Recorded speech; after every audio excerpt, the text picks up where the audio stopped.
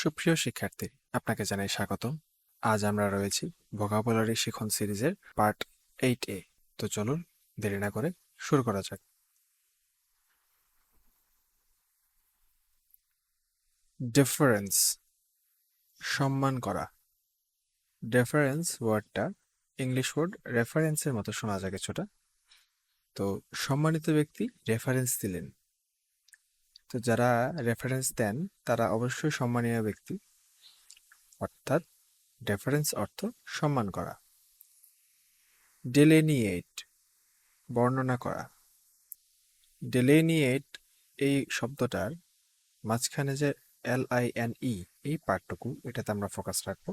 Line word দিয়ে মনে রাখবো যে লাইন আঁকিয়ে বর্ণনা করা, অর্থাৎ কেউ হয়তো কথা বলতে পারে না, সে লাইন এঁকে বর্ণনা করতেছে।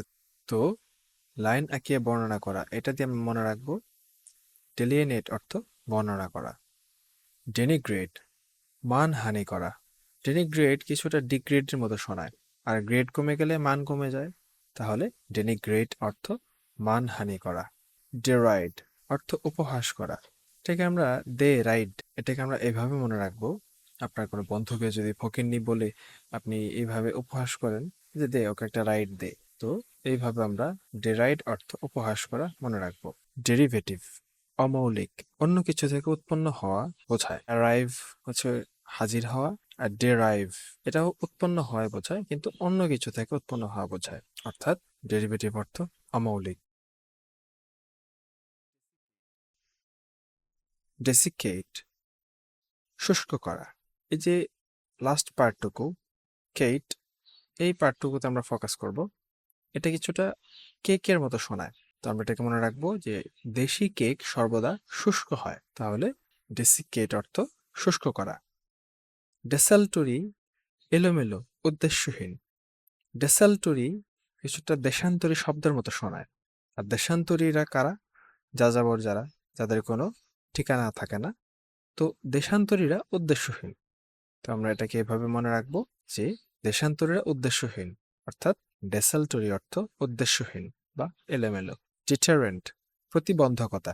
রেন্ট নিতে এলে ওই লোক বাধা দেয়, তো ডিটারেন্ট শব্দের যে শেষের পার্ট রেন্ট, এটা দিয়ে আমরা মনে রাখবো রেন্ট নিতে এলে ওই লোক বাধা দেয়। যেহেতু বাধা দিচ্ছে, তাই সেটা একটা প্রতিবন্ধকতা সৃষ্টি করছে, অর্থাৎ ডিটারেন্ট অর্থ প্রতিবন্ধকতা। ডায়াট্রাইব, নিন্দা বা গালিগালাজ। তো এই যে ট্রাইব পার্ট, ট্রাইব অর্থ কি? জাতি। তাহলে দিয়া ট্রাইব বা জাতি তুলে গালি দেয়। দিয়া নামের একটা মেয়ে ট্রাইব বা জাতি তুলে গালি দিচ্ছে, এই যেটা নিন্দা করছে, তাহলে ডায়াট্রাইব অর্থ নিন্দা বা গালিগালাজ। ডাইকোটমি, দ্বিবিভাজন। ডাই অর্থ দুই, অর্থাৎ দ্বিবিভাজন, দুই ভাগে ভাগ করা। অ্যানাটমি অর্থ কি? ভাগ করা। তো ডাইকোটমি এর শেষে টমি এবং অ্যানাটমি, ওই দুইটা পার্ট মনে রাখবেন। আর ডাই অর্থ দুই, তাহলে দুই ভাগে ভাগ করা বা দ্বিবিভাজন। আজ এ পর্যন্তই, দেখা হবে পরের ভিডিওতে। ততক্ষণ পর্যন্ত ভালো থাকবেন, সুস্থ থাকবেন, ভালো করে পড়াশোনা করবেন। ধন্যবাদ।